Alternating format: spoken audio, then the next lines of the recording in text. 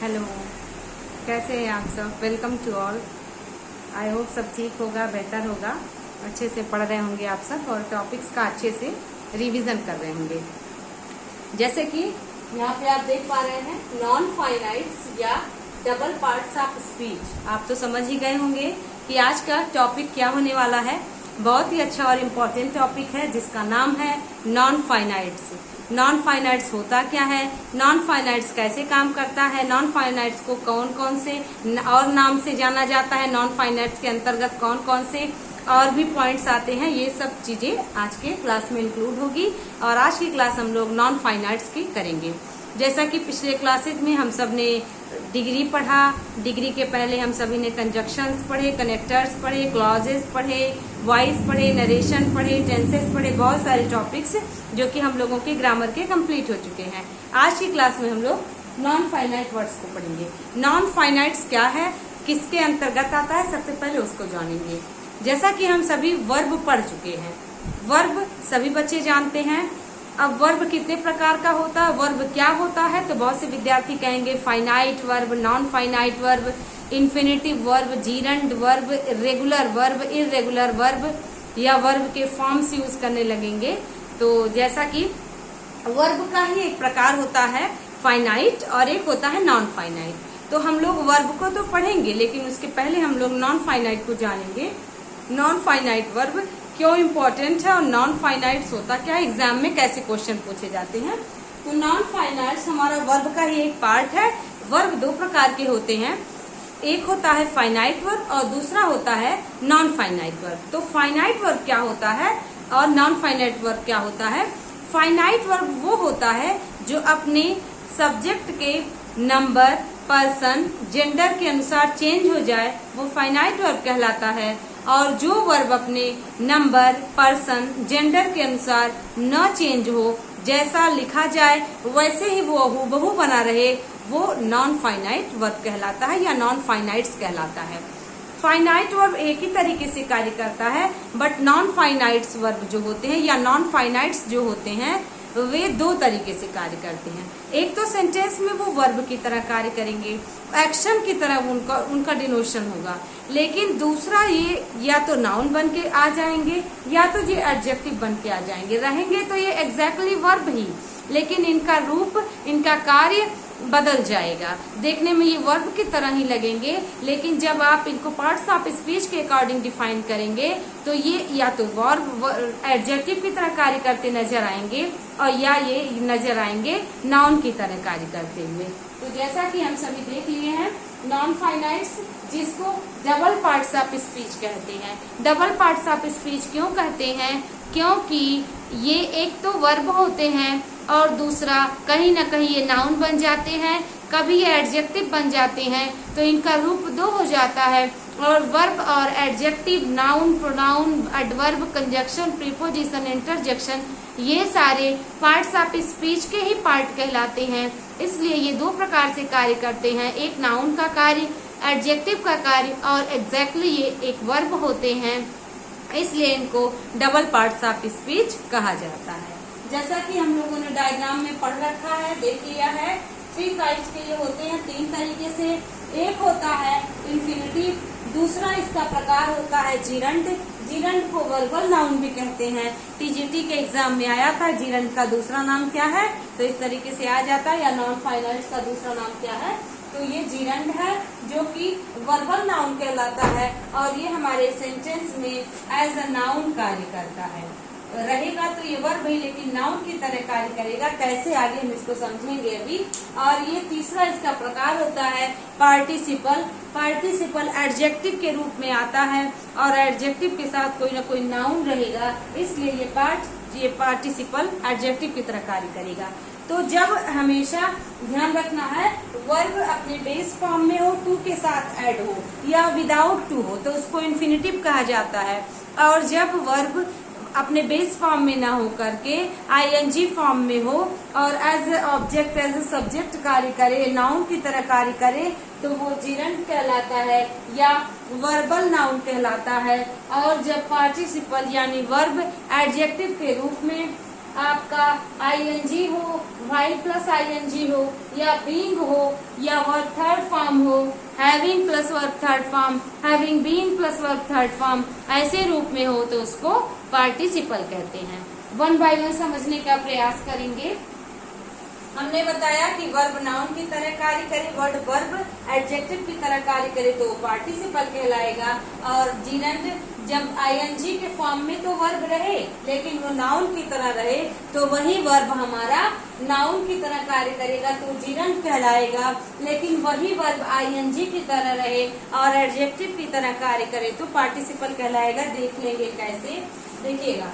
Infinitive को अभी हम लोग इग्नोर करते हैं, जीरंड और पार्टिसिपल को पहले देखेंगे। यदि सेंटेंस में लिखा हो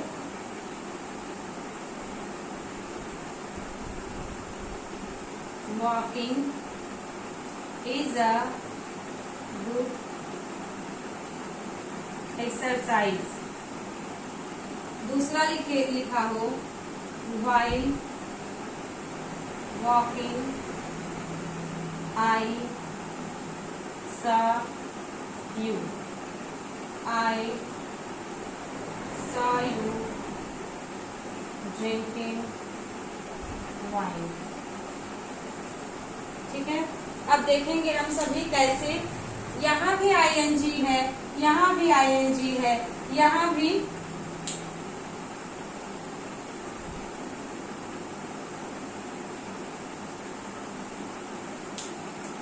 आईएनजी है, लेकिन ध्यान रखना है कहाँ हम सभी देखेंगे कि नाउन एडजेक्टिव की तरह आ रहा है वो पार्टिसिपल हो जाएगा, और जहाँ हम लोग देखेंगे नाउन वर्ब नाउन की तरह आ रहा है वही जीरंड कहलाएगा।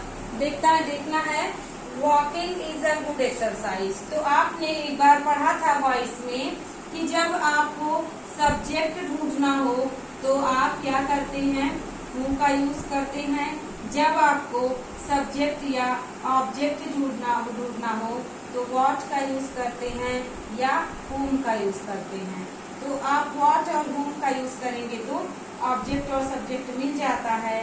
तो अगर हम लोग देखेंगे कि क्या, तो क्या व्हाट सब्जेक्ट या ऑब्जेक्ट आया तो क्या, अब क्या से कोई ना कोई नाउन आंसर मिलेगा।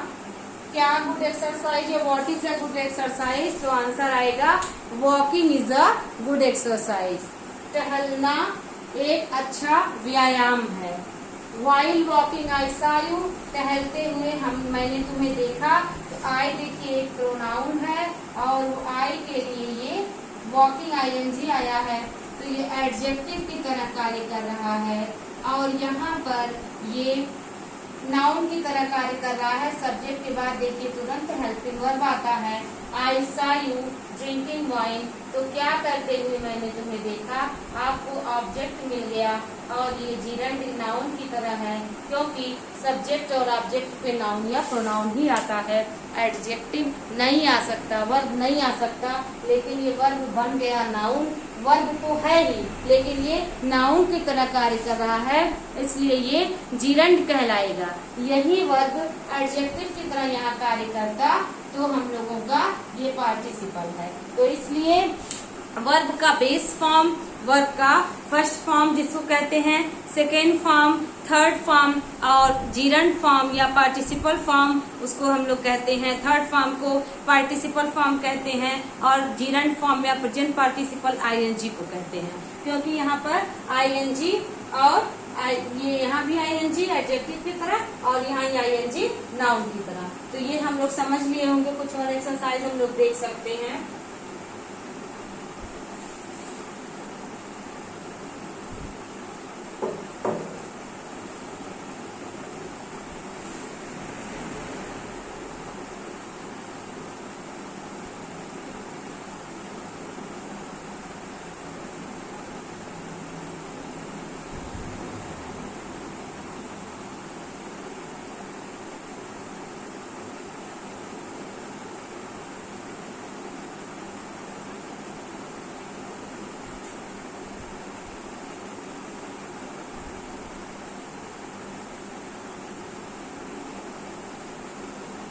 सेंटेंस है, एक सेंटेंस ये है, कह दिया जाए ही saw me finding बुक्स। तो यहाँ भी देखिए ही saw me finding books, तो क्या करते हुए पाया, बुक्स खोजते हुए पाया। ये हम लोगों का क्या है, ये हम लोगों का प्रेजेंट पार्टिसिपल है, क्योंकि आईएनजी और नाउन के पहले आईएनजी एडजेक्टिव की तरह कार्य कर रहा है। और turning to the left he saw me at once, की बाएं मुड़कर उसने मुझे तुरंत देख लिया। तो ये भी हमारा क्या है, लेफ्ट, LEFT, लेफ्ट एक नाउन है और नाउन के पहले आईएनजी एडजेक्टिव की तरह आ रहा है, इसलिए जब एडजेक्टिव की तरह वर्ब कार्य करे तो पार्टिसिपल कहलाता है। यदि एडजेक्टिव की तरह न कार्य करके वर्ब नाउन की तरह कार्य करे तो वो जीरंड कहलाता है। तो इस तरह से हम लोग पार्टिसिपल और जीरंड को समझेंगे। इसका कोई डेफिनेशन नहीं है, बस इसके कार्य को समझना है कि जब आईएनजी के साथ यूज हो और एडजेक्टिव की तरह कार्य करे तो वही आईएनजी पार्टिसिपल बन जाता है, और आईएनजी की तरह कार्य करे नाउन बन जाए तो वही जीरंड कहलाता है। इसका कोई डेफिनेशन नहीं है कि आप इसको किस प्रकार से समझ सकते हैं। बस जब इसका रूप नाउन बन जाए तो ये जीरंड, और जब ये एडजेक्टिव की तरह कार्य करे तो पार्टिसिपल, और पार्टिसिपल में भी प्रेजेंट पार्टिसिपल। मैं आईएनजी की बात अभी कर रही हूँ, ठीक है। तो इस तरीके से हम लोगों ने आईएनजी फॉर्म को प्रेजेंट पार्टिसिपल और जीरंड के रूप में देखा। अब इसी जीरंड को हम लोग इंफिनिटिव से कैसे कोरिलेट करेंगे उसको समझना है। तो देखेंगे हम लोग आईएनजी के साथ हो तो उसको वर्बल नाउन कहते हैं, या हम लोग इसको क्या कह सकते हैं, जीरंड कह सकते हैं। और यही जब वर्ब टू के साथ हो तो भी हम लोग कैसे कर सकते हैं। जैसे अगर हम कहें, ये दो प्रकार का होता है, एक होता है बेयर इंफिनिटिव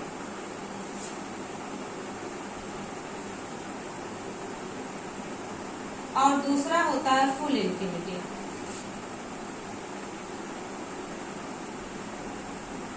बेयर इंफिनिटिव में क्या होता है, विदाउट टू होता है।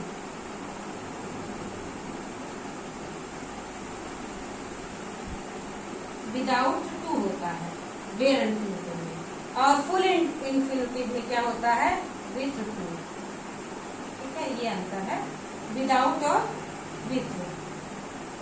विदाउट और विथ में देखेंगे, यानी कि क्या हो जाएगा, सिर्फ वर्ब का फर्स्ट फॉर्म विदाउट, और वर्ब के फर्स्ट फॉर्म के पहले टू लगा हो, यानी टू प्लस वर्ब का फर्स्ट फॉर्म लगा हो, तो ये हम लोगों का फुल इंफिनिटिव कहलाता है। कैसे इसको समझेंगे हम लोग, एक ही सेंटेंस को हम सभी जीरंड के फॉर्म में भी बोल सकते हैं और उसी सेंटेंस को हम लोग इंफिनिटिव के फॉर्म में भी बोल सकते हैं। मीन्स टू का यूज कर सकते हैं और विदाउट टू का यूज कर सकते हैं। जैसे अगर कह दिया जाए to walk is good for you, ये कह सकते हैं सेंटेंस। और हम ये भी तो कह सकते हैं walking is good for you, ठीक है ना। यहाँ पे हम सभी ने देखा ये सब्जेक्ट की तरह आ रहा है, ये भी सब्जेक्ट की तरह आ रहा है, लेकिन ये क्या है, इंफिनिटिव टू है, इंफिनिटिव टू है, और ये हम लोगों का जीरंड है। यदि हम सेंटेंस को के सब्जेक्ट को नाउन की तरह वर्ब को यूज करके जीरंड बना सकते हैं, तो उसी सेंटेंस को हम टू के साथ डिनोट करके इंफिनिटिव के फॉर्म में भी रख सकते हैं। ऐसे बहुत से वर्ब्स हैं जिनके साथ हम सभी फिक्स टू को लिखते हैं, और जिसको टू हटा देकर आईएनजी फॉर्म अगर लग जाए तो वो जीरंड कहलाता है। जैसे एक सेंटेंस हम ये भी देख सकते हैं, ही told me to help, उसने हमें हेल्प करने को कहा। He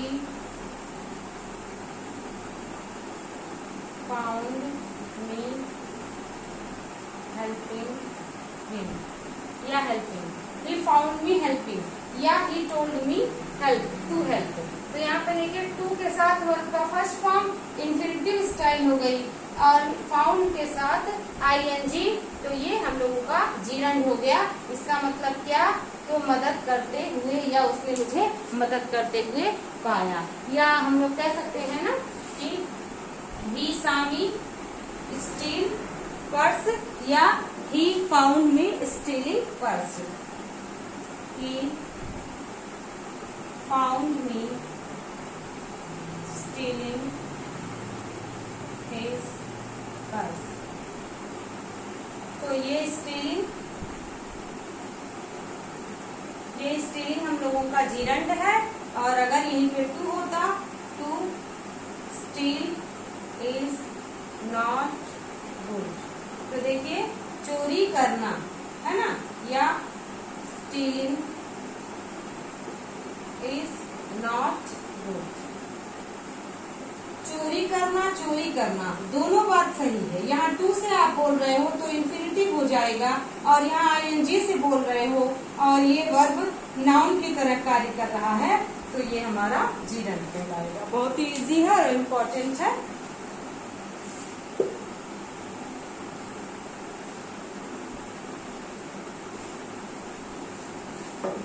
अब हम लोग देखेंगे पार्टिसिपल। तो पार्टिसिपल, जैसा कि हम सभी ने पढ़ा कि पार्टिसिपल 3 प्रकार के होते हैं, प्रेजेंट पार्टिसिपल, पास्ट पार्टिसिपल और परफेक्ट पार्टिसिपल। तो प्रेजेंट पार्टिसिपल और पास्ट पार्टिसिपल और परफेक्ट पार्टिसिपल को जानने के लिए समझना होगा कि इसमें क्या अंतर है पार्टिसिपल में। तो पार्टिसिपल में यदि प्रेजेंट पार्टिसिपल की बात होती है तो प्रेजेंट पार्टिसिपल 3 कंडीशन को अप्लाई करता है। कौन कौन सा? पहला, एक साथ 2 कार्य। दूसरा, एक कार्य के तुरंत बाद दूसरा कार्य। तीसरा हम लोगों का कंडीशन होता है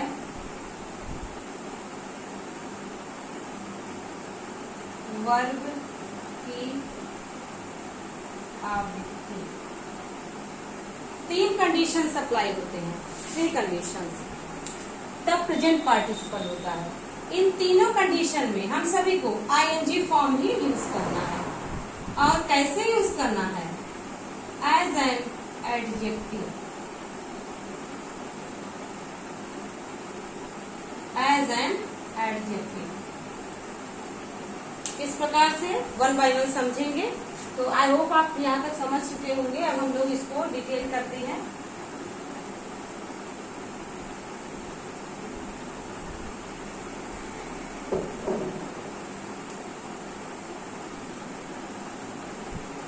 पहला कंडीशन प्रेजेंट पार्टिसिपल हम लोग अभी पढ़ रहे हैं, अभी पास्ट पार्टिसिपल और परफेक्ट पार्टिसिपल नहीं पढ़ रहे हैं। एक साथ 2 कार्य मीन्स व्हाट? अगर हम ये बात कहें, I was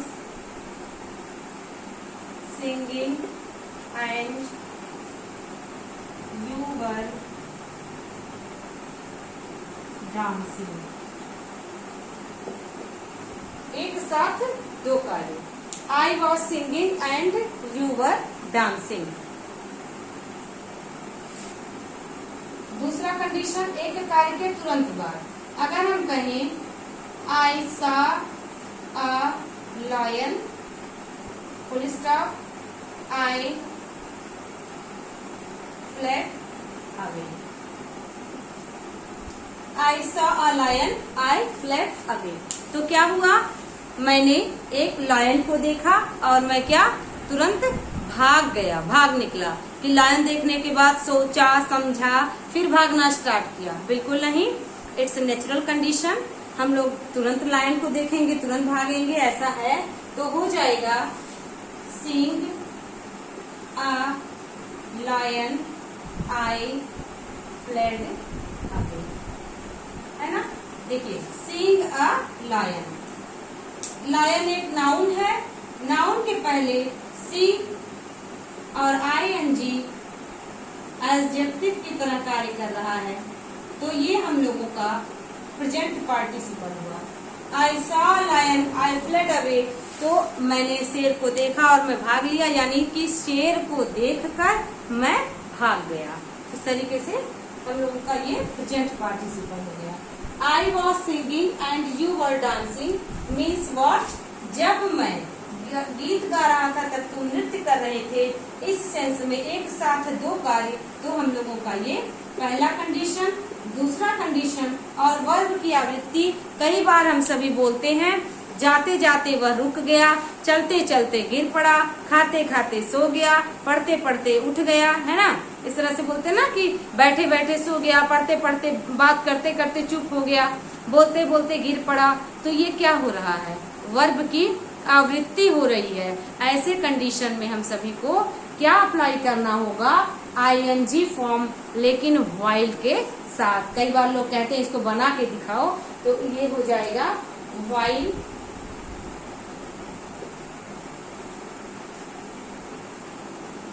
eating food he slept, खाना खाते खाते वह सो गया। While eating food he slept, भोजन करते करते वह सो गया। तो इस तरीके से जब हम लोगों को कंडीशन अप्लाई करनी पड़ती है तो while का यूज करते हैं, और ऐसे में हम सभी प्रेजेंट पार्टिसिपल को यूज करते हैं। प्रेजेंट पार्टिसिपल का ये यूज है। अब हम सभी इसको और भी अच्छे से समझेंगे। प्रेजेंट पार्टिसिपल के 3 कंडीशन हम सभी ने अप्लाई कर दिए, 3 कंडीशन हमने देखे। अब हम सभी को समझना होगा कि पास्ट पार्टिसिपल क्या होता है। पास्ट पार्टिसिपल में हम लोग यूज करते हैं वर्ब के थर्ड फॉर्म को, फिर यही बात एडजेक्टिव की तरह, बट कैसे। यदि हम कहें I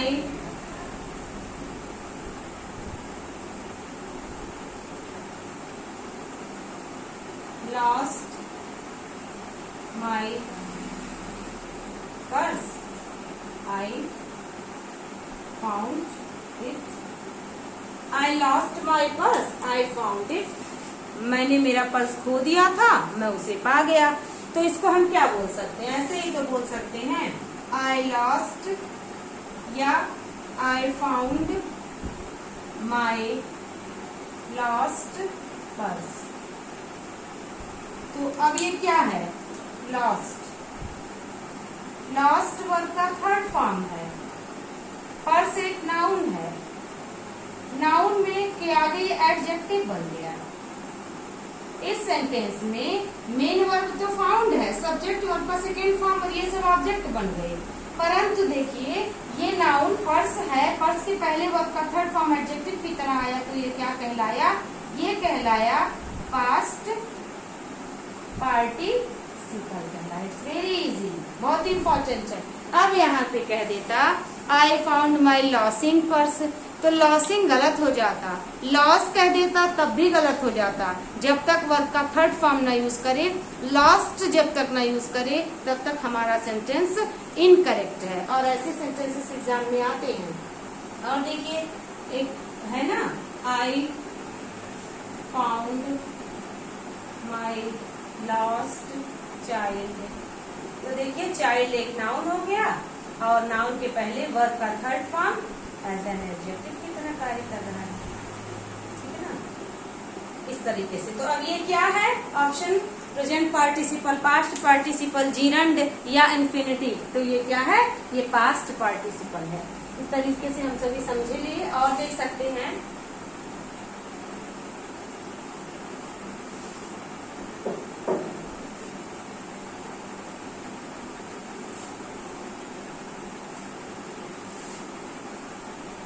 I saw a boy, the boy was burnt। मैंने एक लड़के को देखा, लड़का जल गया था। तो ये क्या है, burnt एक एडजेक्टिव की तरह आया, तो हम ऐसे भी तो लिख सकते हैं I saw a burnt boy। burnt verb का थर्ड फॉर्म है, boy नाउन है, और ये एडजेक्टिव की तरह आया, इसलिए हमारा ये क्या हो गया, पास्ट पार्टिसिपल। ऐसे एग्जाम में क्वेश्चन आएंगे, या तो अंडरलाइन कर देगा, या तो बर्निंग बॉय कर देगा, बर्न्ट बॉय कर देगा, बर्न बॉय कर देगा। तो हम सभी को एग्जैक्ट फॉर्म यूज करना है वर्ब का, बर्न्ट मतलब मैंने जब देखा तो लड़का जल चुका था, यानी कि जला हुआ लड़का मैंने देखा, इसलिए बर्न्ट वर्ब का थर्ड फॉर्म है, पास्ट पार्टिसिपल की तरह यूज हो रहा है। ठीक है, तो हम सभी ने पास्ट पार्टिसिपल को, प्रेजेंट पार्टिसिपल को अच्छे से समझ लिया। अब हम सभी सीखेंगे परफेक्ट पार्टिसिपल। परफेक्ट पार्टिसिपल क्या होता है? परफेक्ट पार्टिसिपल में वर्ब एडजेक्टिव कितना आएगा, परंतु अब इसका रूप हो जाएगा हैविंग प्लस वर्ब का थर्ड फॉर्म, या हैविंग बीन प्लस वर्ब का थर्ड फॉर्म। ये दो रूप में परफेक्ट पार्टिसिपल कार्य करता है। इसमें हम सभी का क्या कंडीशन होगा? इसमें हमारा कंडीशन होगा एक कार्य की पूर्ण समाप्ति के बाद दूसरा कार्य, ये हम सभी का कंडीशन होगा। इसमें हमारा कंडीशन एक कार्य की पूर्ण समाप्ति के बाद दूसरा कार्य। कई बार एग्जाम में क्वेश्चंस आते हैं, देखने में वही सेंटेंस प्रेजेंट पार्टिसिपल लगेगा, देखने में वही सेंटेंस परफेक्ट पार्टिसिपल लगेगा, लेकिन सुटेबल क्या होगा अकॉर्डिंग टू मीनिंग हम सभी को डिफाइन करना होगा। तो क्या हो जाएगा? एक कार्य की पूर्ण समाप्ति के बाद दूसरा कार्य, कंडीशन हैविंग प्लस वर्ब का third form, having been plus verb का थर्ड फॉर्म। जैसे ये सेंटेंस हम दे रहे हैं आपको, कह सकते हैं I finished my work, I went my home. मैंने मेरा काम खत्म किया, मैं घर चला गया। तो काम खत्म करने के तुरंत बाद घर नहीं गए, बीच में प्रोसेस हुआ, बैग पैक किए, लॉक किए, आफ्टर दैट गाड़ी स्टार्ट किए, चलाए, फिर घर पहुंचे। इस तरीके से हम सभी ने एक कार्य की पूर्ण समाप्ति के बाद एक जो गैप दिया, एक दो पॉज दिया, एक दो सिजोरा दिया, वो हम सभी का परफेक्ट पार्टिसिपल को डिनोट कर रहा है। इसको हम क्या कर सकते हैं? ऐसे कह सकते हैं having finished my work, I went my home. काम खत्म करके मैं घर चला गया। तो ये हम लोगों का क्या हो जाएगा? Perfect participle. ठीक है, इस तरीके से हम लोग कार्य कर सकते हैं, इसको समझ सकते हैं। और देखिए,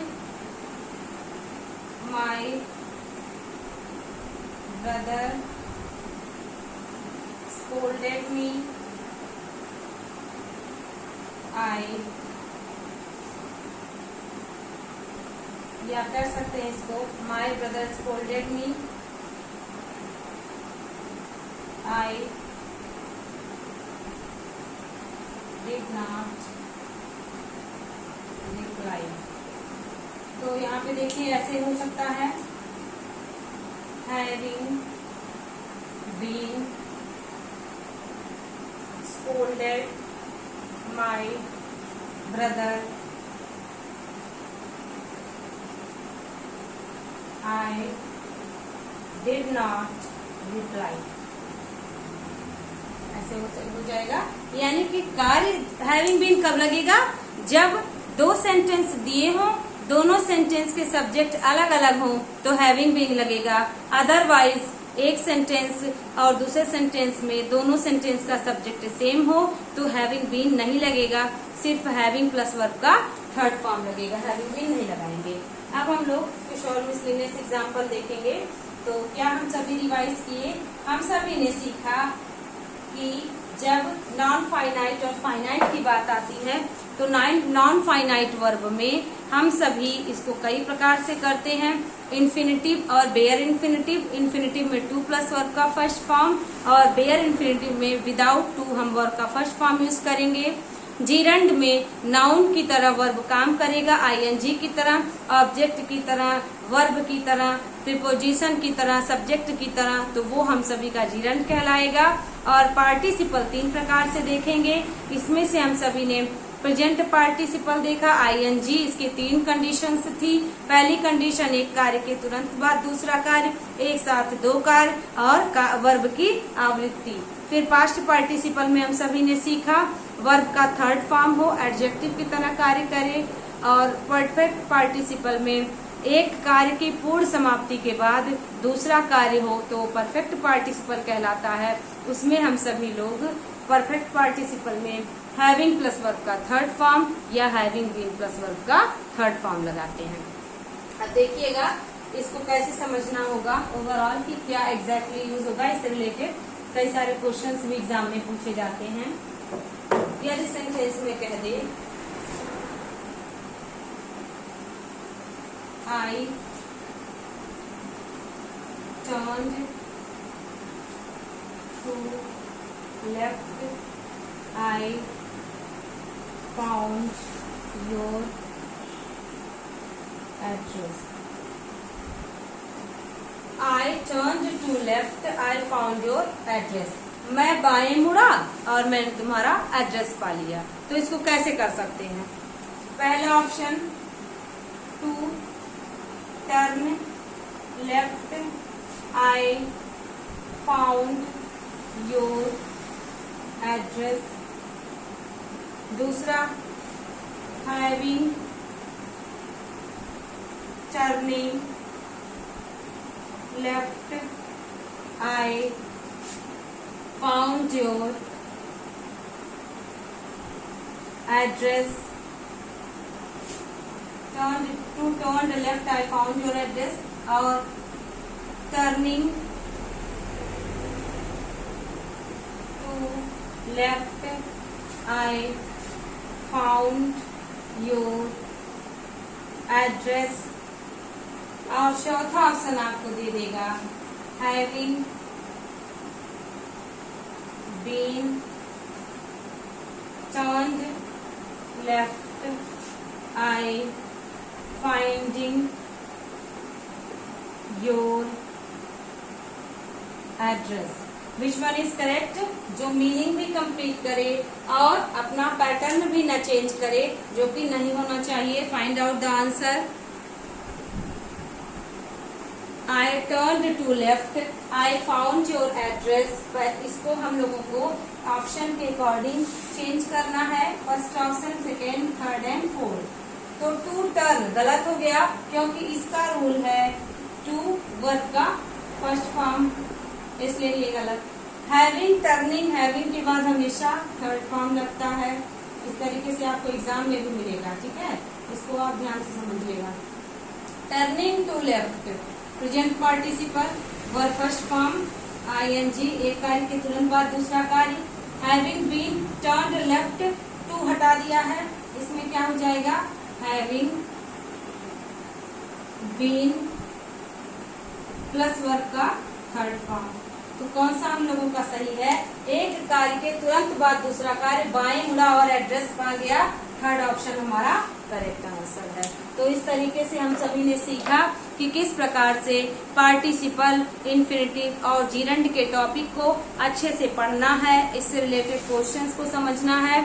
बहुत ही इम्पोर्टेंट टॉपिक है, एग्जाम में बार बार क्वेश्चन आता है। ये हमारा पार्ट 1 था। पार्ट 2 की क्लास में, सेकेंड क्लास में हम लोग देखेंगे कि कैसे एग्जाम में इससे रिलेटेड क्वेश्चंस आए हैं, किन किन वर्ड्स के बाद आईएनजी लगता है, किन किन वर्ब्स के बाद टू लगता है, या टू के को किन के साथ नहीं यूज करना है, बिना टू के आईएनजी। ऐसे बहुत सारे इंपॉर्टेंट रूल्स और इम्पोर्टेंट क्वेश्चंस हम लोग सेकेंड क्लास में देखेंगे। आई होप आपको ये क्लास पसंद आई होगी, रिवीजन करिएगा। आज के लिए बस इतना ही। Thank you.